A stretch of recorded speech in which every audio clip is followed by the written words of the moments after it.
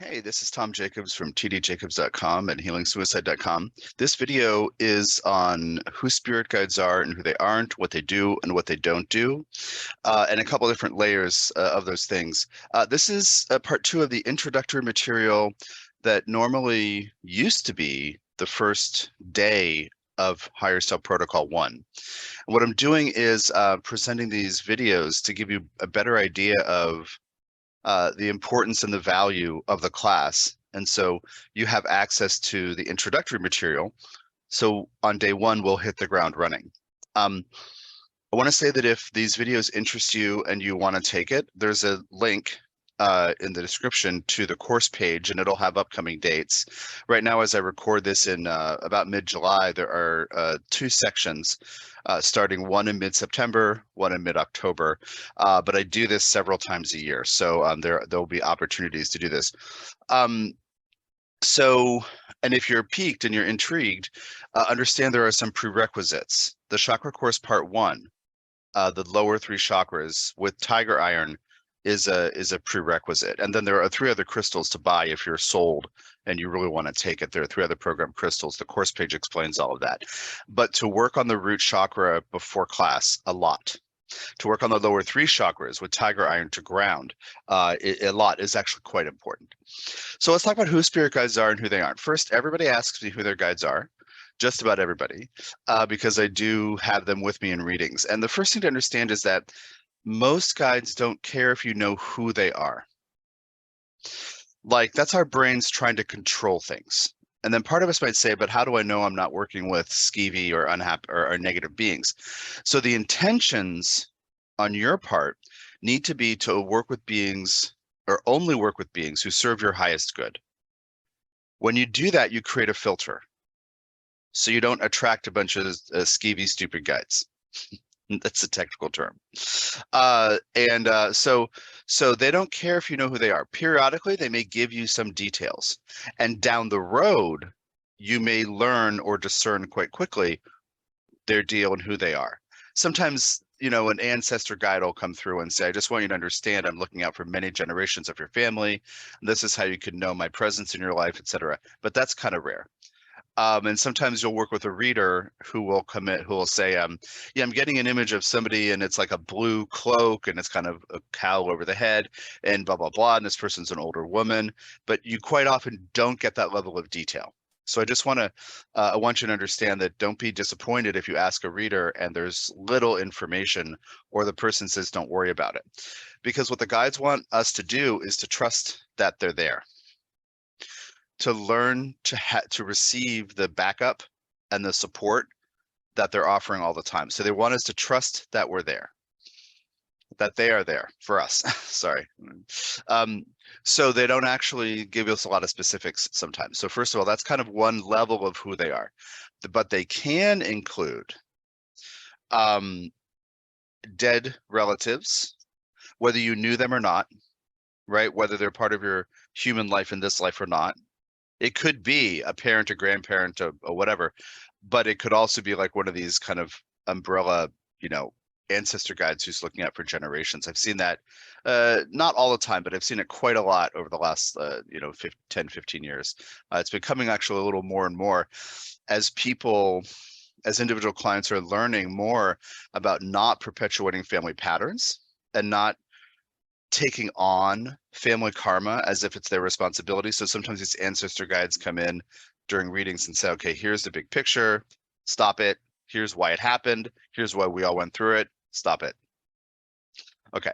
It's not yours. It doesn't have to be yours. So sometimes they are random beings who do helpful stuff for people. Sometimes they're ascended masters and angels. Sometimes they're alien energies. Sometimes they're just beings who help. And they want you to trust them. They want you to tune into your intuition. They want you to know that you have support. They want you to co-create with them.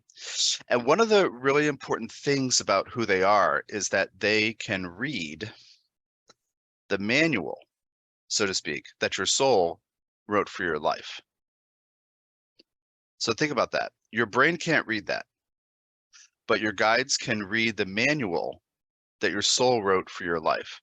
That is not to say that things are predestined, but there are certain life themes, human themes, that you will experience, and it feels destined sometimes because these certain things keep popping up over and over again. But they can read it, so they will nudge you toward what serves your highest good. If you haven't come across that concept, check out a video I have on YouTube called On Your Highest Good, from a couple of years ago, which is quite instructive about this, because what serves our highest good has to do with our evolution as souls while human, not what we prefer sometimes. So sometimes what's in our highest good is not so pleasant or seems like a bad thing, but it serves our evolution. Guides support and facilitate that kind of stuff. Okay, so who they are, they can read the manual that your soul wrote for your life, but you can't. Now, the way that I've been trained by Hermes or Jehudi Thoth Saint Germain Merlin, that being, to use evolutionary astrology, and I also bring through guides and readings. And of course, the class, the Higher Self Protocol 1, is about taking you on a path so you can connect with your guides. By the end, you'll be receiving guided information by the end of the 9 weeks.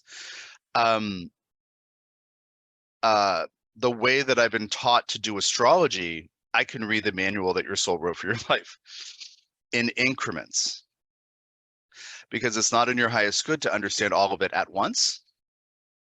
But let's say there's a relationship quandary, you come in for a reading, we look at the context, we look basically at the Akashic records, we look at all the things, and we can, page by page, look at specific chapters of your life and discern what's going on in this manual. Why are you here to experience this? What could this possibly serve a human journey? How could this problem or pain or loss or whatever, how could this be helpful? So you can't, your brain can't read it, but the guides can read it. So you're nudged left, you're pulled right to experience certain things or to explore making certain choices, sometimes against the grain or against your habit patterns in order to grow. So that's a part of who they are, is they're nudging you toward your evolution constantly. Okay, who they aren't. They are not saviors. They are not rescuers most of the time. They're not guardian angels in a way that you can do whatever you want and they'll always save you or help you. They are not overlords, overseers.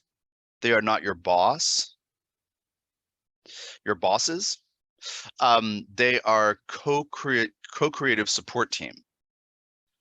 So think about, sometimes I think about the in an auto race, when every so many laps the car pulls in and this team descends on the car and does all the maintenance and does all the replacements and whatever. And so it's kind of like a support team. I also really love the image, actually better than that one. I love the image of you are playing chess sitting at a table with another person. Figure that's like the game space. The game space of life, being human. You are playing the game, you're moving the pieces, you're thinking, you're making choices, you're strategizing. And the guidance team is kind of around the table observing and kind of like sometimes whispering in your ear a little bit. I know that wouldn't happen in a real chess game, but they're advising you. They're with you, they're monitoring you, but they're not controlling you. Now, sometimes it can seem like they're controlling you, because sometimes it can seem that way because of what's in your highest good. But it's more like they're supporting the vibrational stuff that's already in play. Meaning if something is not meant for you to do, they may support it not happening, but it's not like they're doing it. They're kind of supporting the process of something not being in your highest good, not being good for you to do. I've had this several times with like planning projects that, or planning work things that would in the end kind of cost me too much or be damaging, but I couldn't foresee it. So there's like a block or a wall. And so sometimes, but it's always looking out for your highest good. And in that case, I felt they were blocking something. And it turns out when I finally saw it and I was talking with one of them, I was like, okay, I understand. It was a real epiphany. that guide had a suggestion for an alternative form, which I did, and it worked out really well. It was actually doing the Lilith course, the Loving Lilith Home Study course, and End to Shame, because I was working on a 4-day intensive to bring 6 people in. I'm just going to be blunt and tell you the story, because I had added requests for it. I'd done 6 other intensives, or a handful of other, handful of them. 1 on Chiron, 2 on family contracts and healing them, and 3 on Pluto. And so I'd bring 6 people into this incubator and do this in really intensive work for 4 days. And I wanted to do one on Lilith, and I felt like it would really, really be good for me. And nobody signed up, even though people had asked me to do one. And then I had one person kind of hemming and hawing and chewing on it. But the time was running out and I had to cancel it. And so I sat down and said, can you tell me why this, or I hadn't canceled it yet, but I said, can you tell me why? I had been asking for months, but I was finally receiving, I felt clear enough to receive the answer. And the answer was, you're going to get 6 people in a room and you're going to process through their rape and abuse stories. And I was like, I'm really good at it. And the guide was like, it's unhealthy for you. And I was like, but I'm good at it. Anyway, so when we uncovered that I was trying to do good work to heal my relationship with the goddess from other lives. I wanted the goddess to love me, so I wanted to facilitate this healing process in people. And he was like, can you just let it go? And I said, sure. And he said, instead, make it a home study course, channel a home study course from Jehudi. So that's what I did. So it was not healthy for me to do that in person, but I could create a tool for people to use at home on their own pace, where I would not be receiving or carrying or processing their intense energies and emotions. So anyway, what was in my highest good, I couldn't see at first. I just recognized that I had skills and I had interest in doing something, and sure, I can do that, but it's not good for me. So it was being blocked. So let's go back to some contrast of who they are, who they aren't, what they do, what they don't do. They will not tell you specifically all the time what to do. But you can learn how to frame questions, phrase questions and frame questions that can get pretty close. Like, some questions that, but they also don't care about certain things. They don't value certain things. So if you're like, should I buy this car or that car? They may not have an opinion on that. Should I buy this car this week or next month? They may not have an opinion on that. But if you can frame things in terms of what's in my highest good to see about situation X, how can I understand what serves the highest good of all involved regarding this other thing? What am I not seeing that would help me make a clearer decision about situation X? Those kinds of things they'll help you with. They do not judge you. This is really important. As support staff, as helpers and teachers looking out for you, they do not judge you. So let's say you are instructed by a reader, your guides are telling you to do this thing. It's really important. Sometimes it's specific, but most of the time it's thematic. Like I was instructed to take improv lessons and I was resistant. And they came back with, basically it was about creativity. Get in touch with your creativity. And they didn't care in what way. So they actually ended up nudging me into doing background work on TVs and movies. And that stimulated my creativity. Now the background work is not creative, but being on set, during multiple takes and talking to other people, a lot of creative people are drawn to that kind of part-time work, and just all kinds of things did stimulate my creativity. So the goal was met, but I am free to say, no, I don't want to do that. Or no, can we find a better way? Or that's uncomfortable, right? So sometimes we have to go through what's uncomfortable, but sometimes, and it's not negotiating. It's just saying, I don't know if that's the right form. Can we come up with another format that would be more amenable to me? That would be more comfortable for me. You can't always do that, but you can quite a lot because they're not overlords. So this kind of brings in this image I want to describe to you about framing human life. You're here living your life, working, loving, living, familying, whatever. But one of the but the major point of a soul getting itself embodied is about going through all these different things that comprise human life. So the soul wants to know all kinds of things about what it's like to live, happy and unhappy, to explore all the possibilities. So again, the guides facilitate these things. So sometimes when you're going to make a choice that might lead to some unhappiness, they may support it. Again, they're not like rescuers or, trying to manage your life or overseers. So it's really important for you to understand that going through things as a human is the point. So they will support you in what you need in order to learn. It's kind of like Jehudi. He'll answer questions from anybody, no matter what their motivation is. And some people have been taught not to trust him because he'll work with people with, so to speak, what can appear nefarious motives. But the evolutionary path includes sometimes having nefarious motives and then learning from it. And in the other example with guides and being a human, sometimes the evolutionary path involves learning through unhappiness or suffering. So anyway, they're not in charge. You are the important player in the story because you're the soul living the human life, learning. And that's the goal of every human life.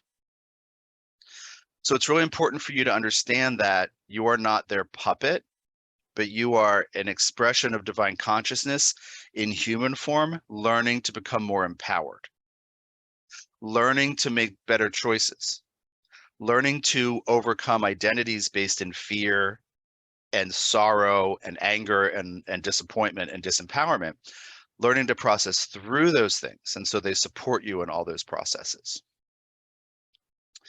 So let's come back to this notion that the whole course is based on, which is guides can only communicate, guides, ascended masters, angels, they could only communicate over loving frequencies, over high frequencies. And so we spend this time in the protocol during the course. And the third video, the next one, will be on the protocol itself and what class actually looks like. So you can have an idea of that. But the whole point of the class is to learn to raise our vibrations so we can be on the level where they can get through to us, because they're always here. They're always interested in helping us. And it's up to us to learn how to work with them. And what that means is processing through lower vibrations that we carry. So let's say that I'm very, very frustrated. Well, let me start over here with this. If we're talking about energy and we start to split it, we have high and low, or positive and negative, or fear-based or faith-based, right? Not love and love as two categories. So our job is to learn to catalog and work through our not love frequencies on a regular basis. And again, this is what video 3 will be about. And I'm giving you a little sneak peek because I have to, in order to explain this, in order to get to where the guides already are. So they can't get through to us when we're upset. So, we seek to ask questions from a loving place. And that's part of the protocol, is they'll be teaching you how to change your vibration, raise your vibration at will, like how to choose to. Some of it's with the crystals, some of it's with meditation practice, and also intentions, and the program crystals that are part of the course that I've created. So all the time, you're learning to raise your vibration at will. And it's really a fantastic process. But what I want to say is, guides can't get through to you if you're upset, meaning you can't hear them, or you might not notice the synchronicities or the signs when they are communicating with you or getting through to you. They might not notice that. And so sometimes we might be in a state and say, please help me, I'm so frustrated. They would love to, but we have to learn how to meet them on their level to receive their info. They can't and won't go into fear-based frequencies to meet us. So sometimes when we get really distracted and preoccupied by certain emotional states and frequencies, we perceive they're not there, or that we don't have guides, or this whole thing is not real or not true. And so I'm happy to teach you how to change your vibration at will and learn how to reach them. And the people who go through this process, their lives change drastically because they learn they are not their emotions, as I can teach you, but to deal with your emotions effectively. So and it's not that, let's say that we're dealing with something really difficult on a long-term basis, or we have some old traumas or hurts. And so somebody might ask me, yeah, well, how do I raise my vibration when that thing's not fully processed yet? And there are practices and there are protocols where we acknowledge the thing that's heavy and dark we haven't finished with, but we can also temporarily raise our vibration to kind of like meet the guides where they are. It's really empowering, beautiful process, learning to deal with emotions and learning to really understand what's happening when you're dealing with emotions. Okay, so who they are, who they aren't, what they do, what they don't do. Oh, the other thing about what they do is that they make, so to speak, backroom deals with other people's guides. So one of the things with you getting answers, oh, that's the other thing I want to cover, is how we get answers when we ask questions. Some people get answers in dreams. Some people, I'll be nudged to go a certain way to the grocery store that's different, and I'll see a billboard over and over again along the way, and that is sometimes an answer. Sometimes people say random things to me, but it's guided. Sometimes I feel like I have to pull this book off the shelf and open it and read it, and there's a message, there's an answer. Sometimes an idea or an image, an answer is planted in my head. Or sometimes people say things like 4 people in the same week say some phrase or something that I don't often hear to me. And it has that weird synchronistic vibration. You should pay attention to this. So there are all kinds of different ways they can return answers to us. And sometimes people do automatic writing. Some people draw. Some people do all kinds of different things where the guides can get through, from a kind of an altered consciousness or altered state. So let's say you ask a question, dear spirit guides, I sound like a smart aleck when I do this, but we always want to preface it with gratitude. Well, dear spirit guides, thanks in advance for your support with this. I'm trying to figure out what is in my highest good, or can you help me understand what's in my highest good about situation A? What is the right thing to do at this time to move things forward? Thanks in advance. And then in order for you to get an answer, they might be able to answer, but they might have somebody else give you an answer. And you don't know how long that might take. It might take days or weeks. So they start going with backroom deals with other guides to have you run into somebody who has the answer. Or let's say the question is, I'm looking for some support regarding this new project I'm creating. I'm not quite sure where to go, what to do. Well, they might find you a mentor or somebody who can hook you up with a training or a mentorship. So, but that might line up. Maybe somebody's out of town. Maybe the right person is on vacation.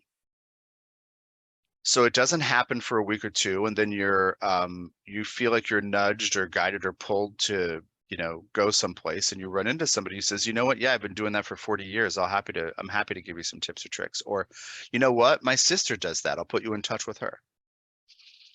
So random meetings with people where you have, so to speak, a kind of date with destiny, that guides can set these things up, but you don't know. Or to get somebody who is very suggestible, who can give you the answer, lined up with running into you in a certain place. Like for me, that was how, like that thing with the grocery store. It's just this Trader Joe's in Silver Lake in LA. I lived not so far from there for a while, and I would always have a way to go there. Always have just a route that was like, point A to B from my house. And I would oftentimes be guided to go different ways, or I'd say, oh yeah, I'm going to go at 2:00, and something would come up. And I really couldn't leave till 3:30. that was the big thing, because I would be in line listening to somebody on a cell phone in front of me who would say the answer to my question. That was super, super common, as well as the billboard thing, like being nudged to go a different route and seeing this message on this billboard. That's an advertising thing, obviously, but answers part of my question. Some periods of my life I've gotten information through dreams, but not constantly. And some people, but everybody has different faculties. Okay, so I think we're coming to the end of this video of who guides are, who they aren't, what they do, what they don't do. Remember, they're not overlords. They don't get angry with you. You can't disappoint them. They're trying to help you figure out the best ways to live in alignment with your highest good. And again, they can read the manual that your soul wrote for your human life that you can't read. Okay, great. Well, take care. I hope this has been interesting, and stay tuned for the third video in this series, which will explain more about the shape and actual processes of the course. And check out the course page linked in the description. And again, right now it's mid-July, and courses one round starts in mid-September, another one in mid-October. And I'll just tell you, actually, also, if you're interested in mediumship, I am teaching mediumship on a consistent basis now. But Higher Self Protocol 1 and 2 are required. So I want to plant that seed for you. If you're interested in doing mediumship with me and learning a heart-centered approach to helping spirits process their deaths, helping humans grieve, helping people understand their soul level contracts with their loved ones, and bringing resolution to those relationships. The way I do mediumship isn't parlor tricks. It's a real serious healing. And also I teach people eventually in the long run how to clear haunted places, how to help spirits cross over, how to like clean up spaces. Anyway, so if you're interested in that, understand that is the third of thus far 3 classes in the series. So in Higher Self Protocol 1, we learn about our emotions and how to manage our energies intentionally, and we learn to work with spirit guides. Higher Self Protocol 2, which is an additional 2-month class, which you can opt into if you finish Higher Self Protocol 1 successfully. I would offer you a spot, invite you. But Higher Self Protocol 2 is not available to sign up on my site because it's by invitation. But that one is a rigorous series of practice readings with other people, one-on-one and in groups, where a group will read for a person, but then also between classes, we do almost every week, we do paired mini readings where I facilitate a pair of people at a time. And if it's an odd number, I actually participate as well. And so you get to know what it's like to work with different people's guides and asking questions of guides, and ultimately interpreting the answers. Sometimes, because when we're getting started, we just give them the images that come through. But as we develop a more consistent connection with guides, we can also talk with the client, with the other student, and learn to interpret what's coming through.